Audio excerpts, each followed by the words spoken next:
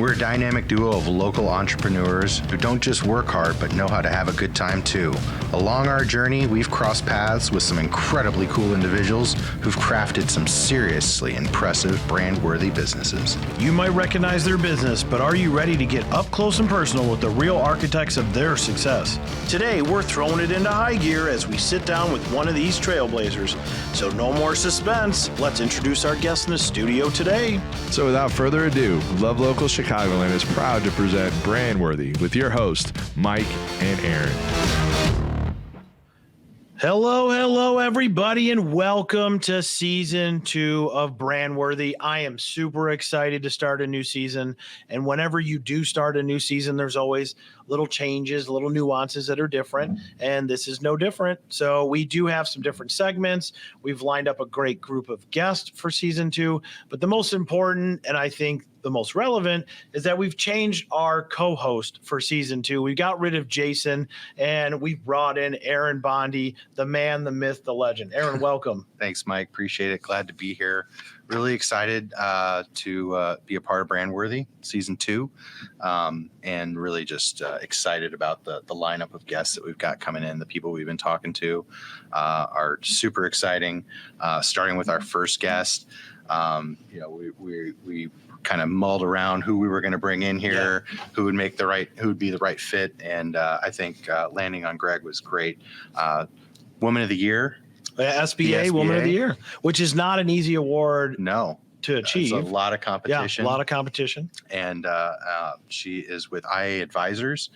So if you don't know her, you're going to get to know her today. We're really excited to have her. So Greg, thanks for being here. Welcome. Thank you for having me. I am honored to be your first guest of Season 2 on Brandworthy. Well, we appreciate having you for sure. And this year on Season 2, we are going to be doing every single week Toast of the Week. And so we're going to toast to something that's different or new or whatever happened, accomplishments.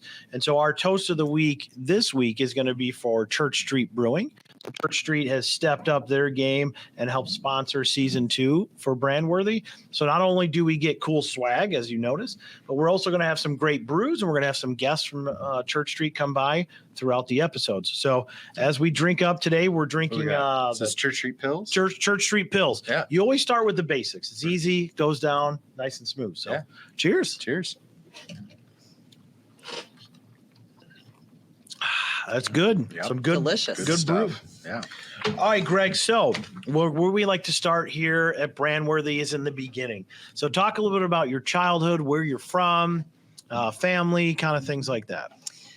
I grew up in your typical suburban middle class in Buffalo Grove, Illinois, with my mom and dad and younger sister. Very normal upbringing. Both parents worked. Their same company, their entire career, set really good examples of for my sister and me. I spent the summers at day camp, did some years in overnight camp, had lots of friends in the neighborhood. So for me, it was just about community, bringing together friends and family. Was overnight camp like a month away, like in the summer kind of overnight camp? I went for 4 weeks. Oh, wow. It was some of the best years of my life. What kind of activities? Like, what was the camping like? What were you doing? I learned how to water ski. Oh, cool. I learned how to sail. I didn't do that. wow. I learned how to windsurf. So sailing seems like it would be fun, but it seems like a lot of work. Yeah, these were really little boats, but it was a lot of work. Yeah, I don't know if I like would. the water skiing much better. Yeah, I think the water skiing. But so were you like 2 skis and then you could do 1 ski? Were you like a really good water skier? I was not really good. Yeah. I was okay on 2. I tried dropping to slalom. I just never was able to get it. I live on a lake now, and I'd love to someday figure out how to slalom. My husband can do it. I can't do it. Where was this? Where was this? You put a plug in for them? So the camp I went to was called Henry Horner. That was the day camp. And then the overnight camp, I went to Camp Shy. Okay. I think it was like Lake Delvin, like Delton, Wisconsin, just around the Dells area. That's fun. Actually, fun fact, the lake that I learned how to ski on, the Tommy Bartlett Water Show is on that lake. So we got to see them practice, which was really cool. I would imagine the Tommy Bartlett Show, I don't even know if it's in existence anymore. I think it shut down after the pandemic, but they had amazing shows for so long. Yes. And there are a lot of still today amazing water ski groups that have shows that we've gone to see. Yeah, I think Twin Lakes, Wisconsin has the Aqua Nuts. They do, and I have a friend who actually used to ski on them. See, we go have up so many every year for coincidences. their So I'm show. from Buffalo Grove. You're from Buffalo Grove. All this kind of stuff. Well, and you went to school at Bradley? I went to right? Bradley. In And Peoria. I went to right? Bradley in P-Town. Peoria. I grew up in Galesburg, so not too far away Right, from yeah. there. So what took you to Bradley? Why'd you go that direction? I wasn't a grade student. I got really good grades, but I needed that personal touch. And I knew that if I went to a large school, I probably would just have too much fun and wouldn't attend classes. Hey, you got to know Just yourself. being honest, You know what I just mean? being honest, I know you gotta myself. yourself. So Wise beyond your years, right? I like to think so. But it was a small school. Yeah. The classrooms were small. I got to know my professors, and they had a really great business school program. So that's why I went. There was accountability at Bradley. So like that's what I liked about it as well. Mm. I don't know if I liked it at 18, but I like the fact that, there's 30 kids. So if you're not there, they know you're not there. Absolutely Yeah. right. And one of the things, senior year, I actually got sick right before finals where I was in the hospital. I called all my professors. I told them the situation, and they said, because the final's not going to make or break your grade, we'll waive your finals. Oh, wow. They wouldn't do that in a large school. So Yeah. I should have tried that. Right. I got out of the finals when I was in college. All right. So we talk about you as a child and you at Bradley. What were some of the things, like when did you know that you were business minded? When did you know that you wanted to go into that? Leadership skills. When did you know all those things were your future? the earliest memory I have when I was younger is I was the one always like bringing our friends together for play dates or go outside and play. And when I was at day camp, our group, there was another group within the day camp called the Red Leaf Program, and it was for children with special needs. So I went to my camp counselor and I asked if we could do a barbecue or a lunch with the kids in the Red Leaf Program so we can intermingle with kids with special needs. Oh. And we did it, and it was so much fun. And so that was the first memory I really have of coordinating and leading something. I remember telling our the other girls in my group about like some of the different special needs people have, like with Down syndrome, and they like to hug a lot, and it's nothing, that you have to worry about. And so it was really a wonderful experience. So that is the earliest memory I have of that leadership and bringing people together. That's really cool. Like we've talked a little bit before and getting ready for all this stuff, and in what you do at IA and kind of help business owners kind of lead them down the path to better themselves. Where do you think that came from? Like, was that just did it start at camp? Was it something you noticed before then, or? I just think it's my parents. My parents always ingrained in us to treat people the way we want to be treated and help others out. Yeah. So I think it was just our upbringing with our parents, because my sister, she's a great leader too, and she's a wonderful mother and businesswoman, and I see the same kind of traits in her. So I really contributed to my parents. Yeah, I've always been a person that feels like if you're born with a little bit of leadership skills in you, it's kind of like a talent that's given to you, but you have to really nurture that over time. And so it sounds like if you're collecting campers together and really integrating people, that's just innate to you. But as we've talked about your career, as you go on, you can tell that you've had to really hone that leadership skill and develop it as you've taken on different roles. Absolutely. And even I remember back in high school and college, I was friends with lots of different groups of people, and I would be the one who always brought the different groups together so we can learn about each other and grow from each other. And I do that today through, my professional life and my personal life. I like to bring my different friends together, different cultures, so we can really learn and all grow as humans. Yeah, we talked a little about like acts of kindness and kind of paying it forward in that mentality. And I thought that it really resonated. If you can do simple things like bringing groups together and making a small impact on them, it creates a ripple effect. So talk a little about your philosophy on that and what we shared yesterday. So at IA, we believe that as humans, our most important responsibility is our influence. And that's the influence we have on us, ourselves, and those around us. And it's really important to know what that influence is and to make sure it's positive. So I really think that like random acts of kindness is a big one. Our founders actually starting a foundation about 3 random acts of kindness, but it really goes to the core of like us as humans and being there for each other. Have you ever been walking down the street and you just smile at someone and they smile back at you and you can feel that energy? There is studies out there that has really changed someone's day. And I know it's changed mine if someone has smiled at me. So I really think that, in the world that we live in, there is so much negative and so much hate. If we could all just figure a way to accept each other for the way we are and respect each other and get along and just have these acts of kindness, we could really make the world a better place. So, Yeah, so I was going to ask, one of the things that you just said really kind of resonated with me, and I just got to know, what is your motivation for all these things that you're doing? I mean, it can't just be to make money or to see a business be successful. I think you've got something deeper. Would you be able to share that? It's just my gut, my core. I really never thought about like what motivates me to do it. I just wake up every morning and I want to help people. Wow. And that's just, it's crazy to think that, but in this world, that's not as ordinary or common as it should be. I mean, so we had talked about the random acts of kindness. I went to the store to pick up my wife's gift for Christmas. I know I'm last minute, but so I go there and I get out of the car and there's a car next to me and the trunk is wide open and there's like bags from shopping. And I kind of look and there's nobody in the car. So obviously they hit the button. I do that all the time. So I literally just closed their trunk. But then I thought the reverse of it. Like if I didn't do it, they're going to come back. Someone might steal their stuff and then that's a horrible day. And then they got to go find it and get all this stuff. So it's so simple just to hold the door for someone or to smile or say something pleasant. And it does really it sets a tone for me. I felt better about closing this person. They have no idea I did it. I feel better about myself. And I think it's going to relate to others doing better things, I guess. I think for me, I spent a lot of years working on myself. I used to be a very different person. I used to be a very negative person, believe it or not. And most people don't know that unless they knew me, 20 years ago. And my best friend, when we were 25, asked me, Greg, why are you so negative? And I just never thought of it. I wasn't as evolved at 25 years old.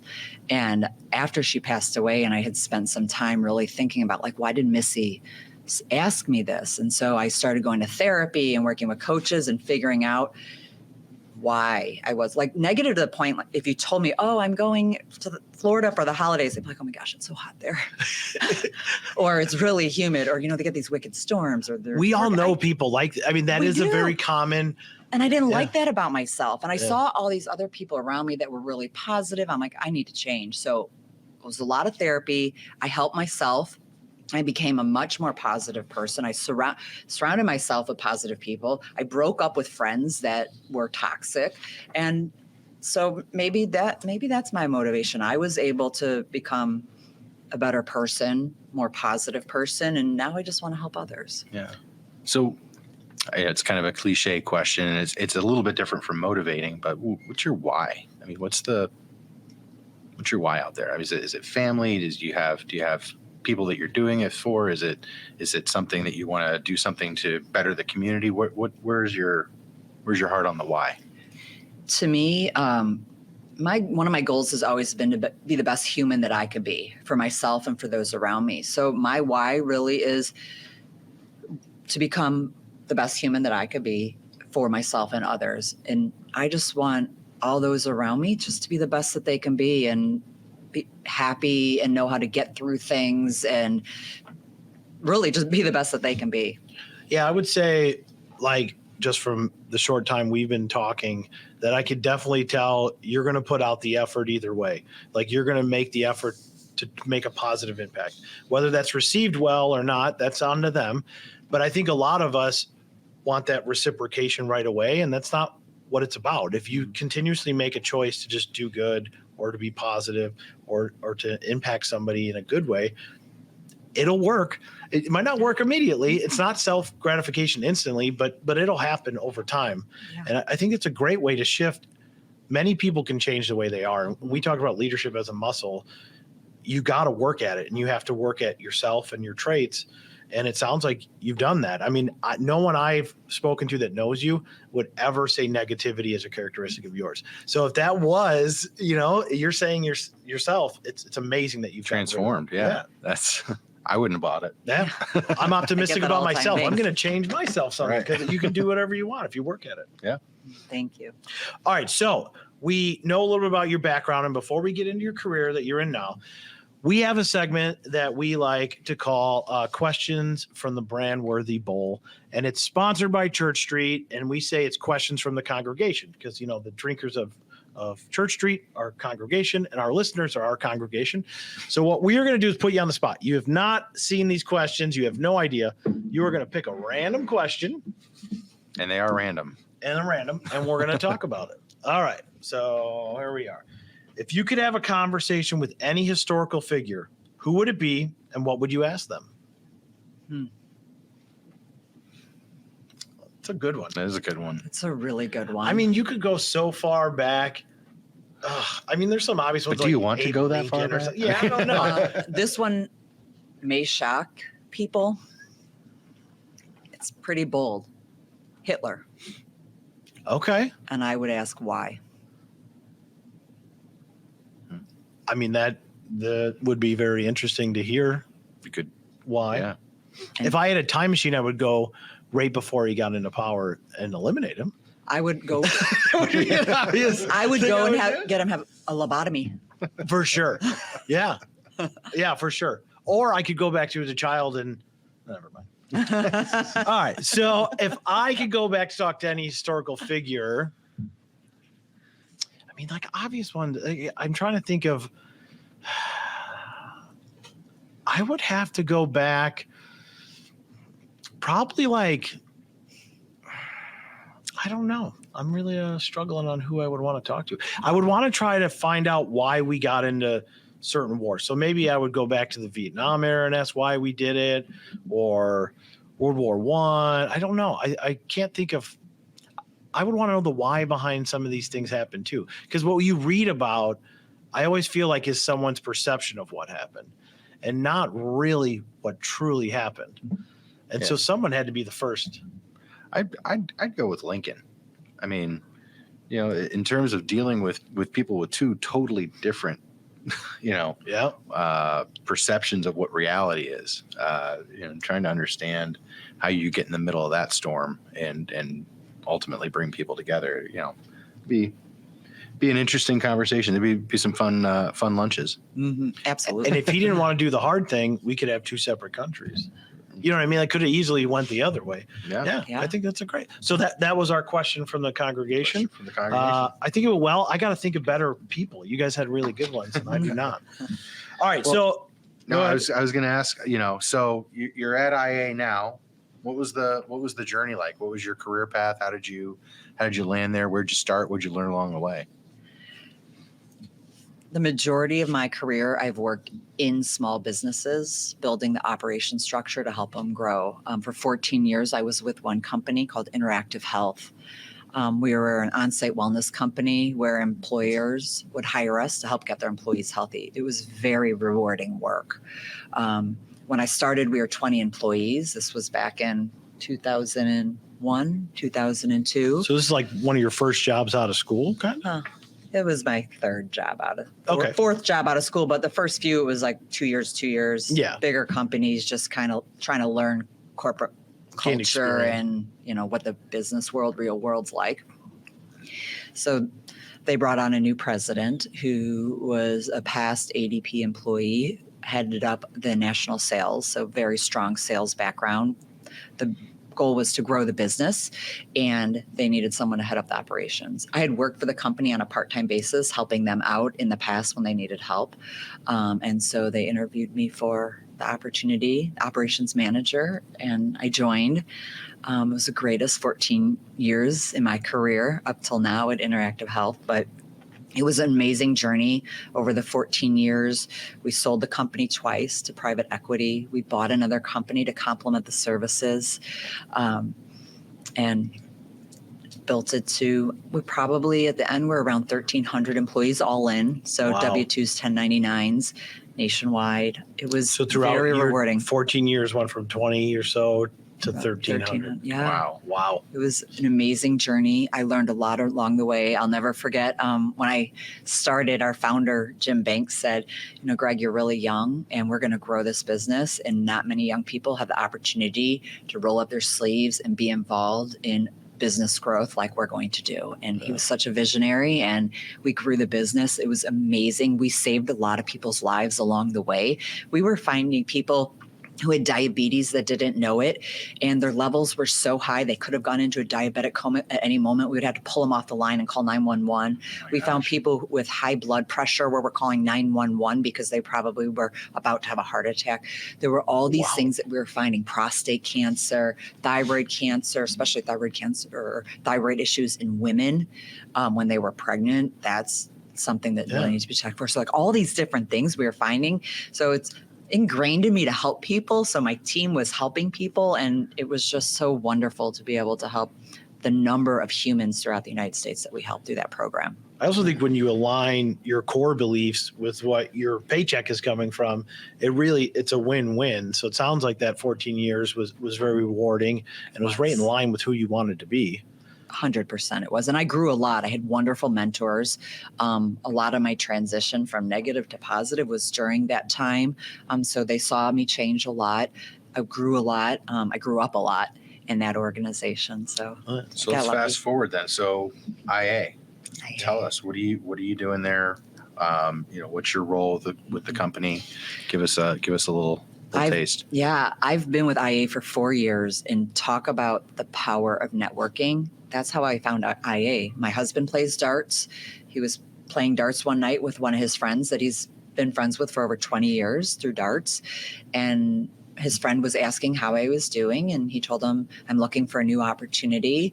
And he's like, well, what's she looking for? Well, one of two things. She wants to either work in a small business that wants to grow, or she wants to work with a consulting firm that helps a lot of small businesses. It's literally both. Literally both. I've got both for you. And he said, I over have someone a dart, that she needs to over meet. a dart game. Over a dart just game. randomly, having a beer, playing darts, and you bring it up. That's right. Next thing you know, That's fast track. 100%. I feel everything happens for a reason, and timing is everything. And that timing was so perfect. He introduced me to Brian, the founder of IA. Brian and I met for coffee on a Saturday because he was traveling a lot. It was in 2019. We hit it off immediately. I came in and I interviewed with some of the team members. We hit it off, and I started in November 2019. And it's been one of the biggest blessings in my life. So everybody out there listening, we talked about doing good things and things will come, and that's coming back to you. The way you found it. The universe is amazing. Is rewarding you. Yeah. Or have your spouse go play darts or get a hobby so that you can find either one you want to do. Right. All right. So tell me, what do they do? So I know we're business advisors, you're helping small business, but give me the elevator speech of what we need to know about. So at IA Business Advisors, we work with business owners and their teams to get them from where they are today to where they want to go. So the business owners know their craft really well, but they don't know all the other pieces in the organization to help them meet their goals. So we do a deep dive to understand, learn about the business, the people, process, and technology in that order, because we all know people are the most important part of an organization. And then we identify any issues within the people, process, technology, communication internally, externally, and we put together recommendations and help them through their journey in whatever area they're at, whether they're a startup or they're working on exit and everything in between, we can help them. Okay. And I know you're locally based, your offices, but tell us how many people are helping, how big is it, where can people get a hold of you, that kind of stuff. So our office is located in Elgin. Mm-hmm. We have clients all over the world. Okay. I personally have a lot of clients out in Delaware through an organization that we've partnered with, the Pete DuPont Freedom Foundation. We work with a lot of minority-owned businesses through that organization. But we have a large presence on social media at IA Business Advisors, LinkedIn, Facebook, Instagram, and companies anywhere. And we work with any industry too. So whether it is manufacturing, it's the trades, union, non-union, it's professional services. So really, it could be very small business up to a large business. You could help them in some capacity. Are most of the relationships short in duration? Is it long in duration, or is it just anywhere in between? They generally are longer. Okay. We have clients that have been with us for our 27 years of existence. At the beginning, they need a lot more help. Yeah. But as they move on, we become like that over-the-shoulder advisor, kind of like your primary care physician. Call us when you need us, right? I'm thinking about doing X. Fill in the blank. X could be anything. Adding a product line, adding partners, buying another business, leaving the business. We can help them in any of those aspects. They call us, we help them. I think a lot of small businesses would have a need for that, and they don't know who to call. So at least it gives them somebody to call and have an ear to listen to them. Absolutely. Sorry. No, I was going to say one aspect that you brought up was Pierpont Foundation. How did you get involved with them? Because helping needs-based individuals get back on their get a business going. How did that come across your plate? So talk about connections and meeting people. So one of our team members, our clients, she was writing a case study for them. And so she was talking to their client, learning about them. And through the conversation, the woman asked, I'm looking for a new website. She's like, well, we could build a new website for you. And we have a lot of experience in your industry. I'll have you talk to Greg. So this woman's name is Erica. Erica and I spoke. We hit it off. We gave her a proposal. Then she said, well, I'm a member of the Pete DuPont Freedom Foundation E3 program. I'm going to see if they can help, pay for this. I'm like, great. So she went and talked to the executive director, Stephanie Johnny at the Pete DuPont Freedom Foundation. And Stephanie reviewed the proposal and said, I want to talk to Greg. So Stephanie and I had a call. We hit it off. And she's like, told me all about this program where they help minority-owned businesses accelerate their business. They have this grant that they give them, but they really needed a scoping to identify where the business needed the help. So if you have a business owner that comes to you and says, I need help with marketing. Okay, so if I help you with marketing and I double your business, are your operations going to be able to support that? That's true. You really don't think of all the things down the line. Yeah. Right. And even giving a grant to somebody's amazing, fantastic. But then just giving money to a small business, now they're like, what do I do with it? What's the next step? So it does seem like a good marriage of the two. Yeah, it was perfect. So we are now a part of that E3 program. So the first step is a scoping phase. We call it our Biz Vision process, where we do a deep dive to learn a lot about the business, the people, process, technology, communications, and then we provide them a report with observations and prioritized recommendations, which essentially is their roadmap for the next 12 to 24 months. Yeah. And then the organization will pair them with advisors, whether it's us or another advisor, to help with, let's start with recommendations 1, 2, and 3. So it's not only giving them the money to do it, but now it's giving them the way to achieve it. And I think they're probably much better off. It's more sustainable as they grow. 100%. Some of those businesses have become very successful. So you've got to be very process driven. You've got to be like super organized.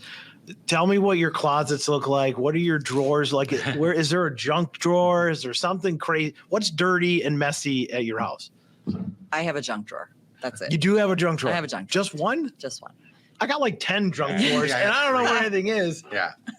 Me and Aaron were just talking before the show. We were looking for a bowl to use, and we couldn't even find it in our houses. So, are you very methodical in everything that you do? Most everything that I do. I like order. My brain is very much process oriented, and I like when things are neat and orderly. I do get lazy at times and don't put my clothes in the right place at the end of the night, but eventually they get to the right place. I have a feeling your lazy is different than our version of lazy. Absolutely. Yeah. Everyone has their own scale of laziness, Yeah. right? So, but yeah, I'm a very process oriented, very organized person. And then this is a perfect role for you because you have to look at something and figure out what's not in place, I guess, and be able to help them. So it's like your mind is built for this type of work. 100%. 100%. Well, I was gonna maybe switch gears, and talk a little bit more about Woman of the Year, SBA. Congratulations! Thank you so much. That's fantastic. Thank you. That happened. I I think for a lot of good reasons. And I think probably your passion that you've shared with us is one of those things. So can you kind of speak to what's your passion? My passion's helping women, especially women that own businesses or that are in the business world. We have our Women's Alliance group through the Schaumburg Business Association. So we started that group earlier this year. It's been amazing. I think you mentioned almost 200 members now. So we have over 200 women on our list, Yeah. and we get about 50 or so at every lunch. That's great for first year. My goal 200 was people. 50, so Yeah. we hit my goal, and I'm very terrific. excited. The women in the group are making great connections, both personally and professionally. It's a lot of really positive energy in our meetings. It's like no other meeting I've ever been to in my life. There's women in there that are in the same industry that are working together to help each other. So even if your competitor's in the room with you, let's work together and figure it out. A woman once told me about the crabs in the barrel theory. Have you heard this theory before? I have not. So have you ever seen crabs in a barrel? Trying to get I could assume. Yeah, I can visualize get the it. visualization here. So I've lived in Buffalo Grove. There's Yeah. not many crabs and No, we're barrels not in around New here. England, Yeah, right? yeah. but crabs will step on each other to get to the top. Got it. Okay. So in the business world, it's very competitive. Women not only compete with each other, but they compete with the men. Yeah. To rise the corporate ladder, right? Absolutely. So if you flip the script and if we all helped each other and supported each other, so when one woman is rising the ladder, she reaches down in that barrel and pulls out more crabs, and each of the crabs start pulling each other out, we can all be better together. And the Women's Alliance seems like that's exactly what the core mission of that is, right? Is It's to get everyone stronger. It is my goal. Yeah. Yeah. I And love so, it. I mean, I have two daughters. And so, as someone who has two daughters who will be in business, I'm sure, and will be full adults and have to navigate this world, I really do appreciate what you're trying to do and what you're advocating for. And I think it's definitely needed. And I work in mostly a male dominated profession. And so I can see glimmers of what you're talking about, and I could see the value that you can bring. So Thank you, Mike. I appreciate it. absolutely. Yeah, for sure. So do you do any mentoring? Is that a part of anything that you're doing? There are a few women that I mentor from my prior career and current that Just I've seems met along the natural. way. Yeah, I'm always there helping women in whatever they need. And Pulling crabs from the barrel. yeah, I'm I'm going to use that analogy now because I like it. Now that I know it. Yeah, so I try and help as many women as I can, and if they're open to, coming to me and talking about, what they've got going on and where they want help.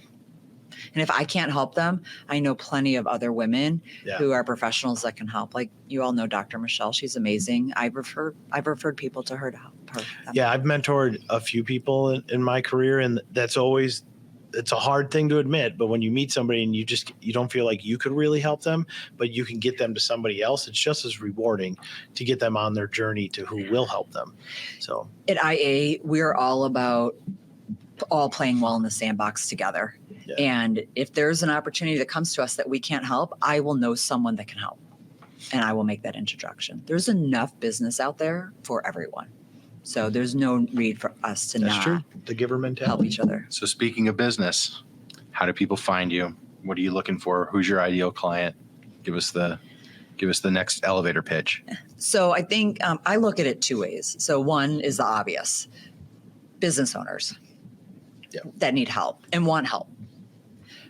So that one's easy. The other one is I look for other nonprofit organizations that have programs to help business owners, Okay. like the P. DuPont Freedom Foundation. So do they have a process in place where they can help identify where the business owner needs help? If they don't, we are that perfect piece. So reallocate some of the funds that you are already paying to help the business owner, and let's do a scoping. The business owner will be much more successful if we do that deep dive and identify where they really need the help. Absolutely. And if people want to get in touch with the Women's Alliance or join the other 200, how can they do that? Is there a way for them to get They can to them? email me at greg@iabusinessadvisors.com, our website, iabusinessadvisors.com, connect with us on Facebook, LinkedIn, Instagram, send us a message. We respond to the messages. Carrier pigeon, whatever Yeah, you need to carrier do pigeon, to get the whatever. message. We need Put to a, get. Yeah. put a little message down below in the link on this on Yep. LinkedIn, wherever Yeah, you can be absolutely. found. Awesome. So today, I feel like some key words that I heard was like the pay it forward, the acts of kindness, influence as being a large one. I would say like from a business standpoint, Advisors obviously does that, but I would say, Greg, you live that, and like everything I've heard you say is always about influence and making an impact. So I am honored to get a chance to sit down with you. I know Aaron is, Yeah. and you guys have been friends for a while. So thank you very much for being on the show today. Thank you, Mike and Aaron, so much. This has been an honor. I'm excited to see the two of you and Love Local Media and Brandworthy grow. So thank you for having me. Thanks. Absolutely. Well, for Aaron and Mike, thank you for listening to Brandworthy, the first episode of season 2. So follow, tell others in the congregation to listen up so we can enjoy the next episode. Have a good one. All right.